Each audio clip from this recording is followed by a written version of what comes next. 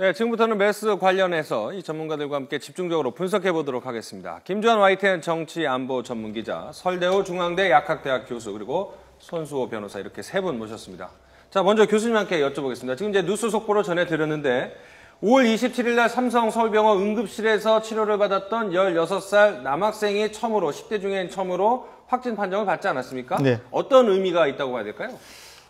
우선은 삼성 서울병원이 대규모의 환자 감염을 지금 촉발을 했습니다. 어제 17명, 오늘 17명, 그래서 34명의 환자를 배출을 했는데 그러다 보니까 삼성 서울병원이 지역 감염 확산에 대한 어떤 진원지가 될 수 있는 지금 그렇게 좀 인식이 되고 있습니다. 특히 청소년 어린이가 지금 감염이 됐다고 하는 사실은 청년들 이때까지 이제 이런 아이들의 학교를 어떻게 할 건가 논란이 많았지 않습니까? 그러니까 아무래도 이제 학교를 가게 되거나 그러면은 아이들을 통해서 확산될 가능성이 있겠죠. 또 학교라고 하는 게 휴업이 안 되면은 계속 수업을 하면서 모이게 되니까.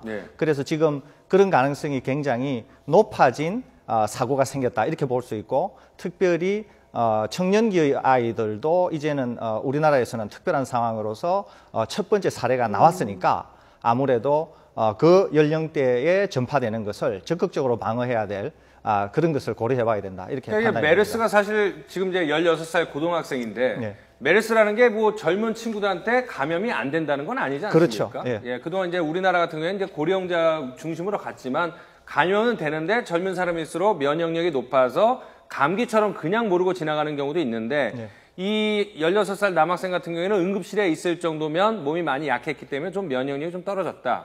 하지만은 어느 지역에 있고 치료를 받고 뭐 학교를 다녔는지 이런 부분이 또 이제 역학조사나 추적조사가 면밀하게 이루어져야겠군요. 그렇죠. 이제 중요한 것은 삼성 서울병원에서 이렇게 많은 확산을 시킨 근본 환자가 14번 환자입니다. 이 14번 환자가 이렇게 광범위하게 다수의 사람들을 전염시킨 것으로 봐서 상당히 고농도의 바이러스와 활성이 높은 떤 바이러스를 그 당시에 배출했을 가능성이 있어요. 그래서 제가 계속 얘기하기를 이 환자로부터 전염된 사람들이 병을 앓을 뿐만 아니라 이 사람들 중에서도 또 새로운 슈퍼 전파자가 나올 수도 있다. 그런 얘기를 제가 3차 감염자 중에서 그렇죠. 그러니까 3차 감염자 중에서 14번으로부터 생긴 환자들 중에서도 새로운 슈퍼 전파자가 나올 수 있기 때문에 특별히 역학조사를 잘해야 되고 꼼꼼하게 추적 관리를 해야 된다. 이런 말씀을 드리죠. 좀 궁금한 것은 최초의 발생자는 이제 1번 환자인데 14번 환자는 2차 감염자 아닙니까? 그렇죠. 근데 최초 발병자보다 2차, 3차 감염자의 바이러스가 더 강력해질 수도 있는 건가요? 그럴 수도 있습니다. 이게 이제 예외적인 상황이라는 거예요. 원래 알려져 있기로는 1번 환자에서부터 2번 환자로 사람으로 계속 전파가 되면 바이러스의 활성이 줄어든다고 알려져 있었어요. 그런데 지금 우리나라에서는 계속 예외적인 상황이 생기는 거죠. 첫 번째 예외적인 상황은 뭐냐면은 3차 환자가 나왔다는 사실입니다. 이때까지는 전 세계적으로 3차 환자가 굉장히 드물었어요.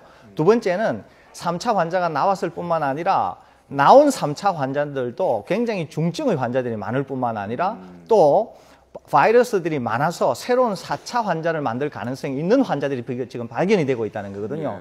그렇기 때문에 3차 환자들 중에서도 역학조사가 철저히 되어야 4차 환자를 막을 수가 있고 지역 감염을 막을 수가 있다고 하는 그런 우리가 지금 기로에 서 있는 어떤 상황입니다. 조사들이 이루어져야 되나요? 그 응급실에 입원했던 날짜가 27일이고 오늘이 6월 8일이거든요. 벌써 열흘 넘는 시간이 지나버렸습니다. 지금 단계에서 어떤 점이 가장 중요한 건가요? 이제 정부가 병원을 공개하지 않았습니까? 그러니까 그 병원을 갔었던 적이 있던 국민들께서 굉장히 주의를 기울이셔야 돼요.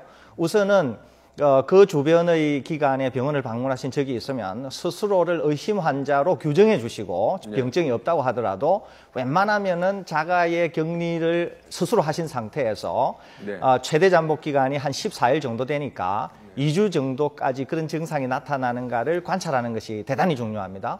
혹여라도 증상이 나타나면 증상이 나타난 분이 병원을 찾아가든지 의료기관을 찾아가지 마시고 긴급 전화를 이용해서 전화를 하신 다음에 의료진들로 하여금 방문을 해서 검체를 수거해 갈 수 있도록 이렇게 해야 본인 자신이 지역사회나 접촉하는 의료진들에게 전파를 시키지 않을 수가 있으니까 그런 조치를 꼭 해주시고 증상이 생기면 그때부터는 무조건 마스크를 착용하셔야 됩니다. 그리고 손이나 이런 거를 깨끗이 씻어서 집안 내부에서도 손잡이나 이런 걸 통해서 가족에게 확산되지 않도록 그렇게 주의를 기울이는 것이 대단히 중요합니다. 자, 일본 환자가 이제 처음 있었던 평택 성모병원에서 감염된 환자들은 이제 진정세를 좀 보이고 있고 그 대신 이제 삼성서울병원이 이번에 이제 2차 핵심지로 떠오르지 않았습니까?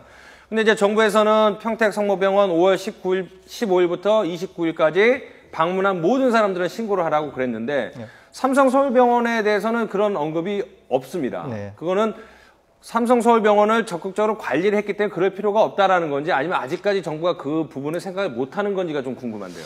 우선은 뭐 여러 가지 이유가 있겠습니다만은 하나는 삼성에서 초동 대처를 했다고 해서 약 900명에 이르는 환자를 추적해서 관리를 하고 있다 이렇게 얘기를 하고 있지 않습니까?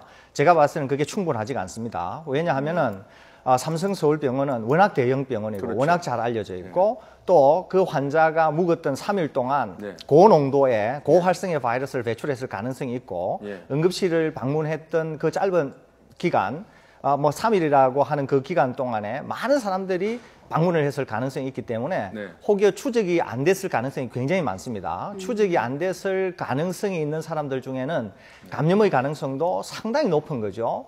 바이러스의 특성상. 그렇기 때문에 지금 삼성의료원에서 했던 조치로만은 충분하지 않으니까 당국에서도 가능하면 추적할 수 있는 한 최대한 추적하시고 그렇게 해서 지역사회로의 감염을 막아야 되는 그런 시점이라고 보겠습니다.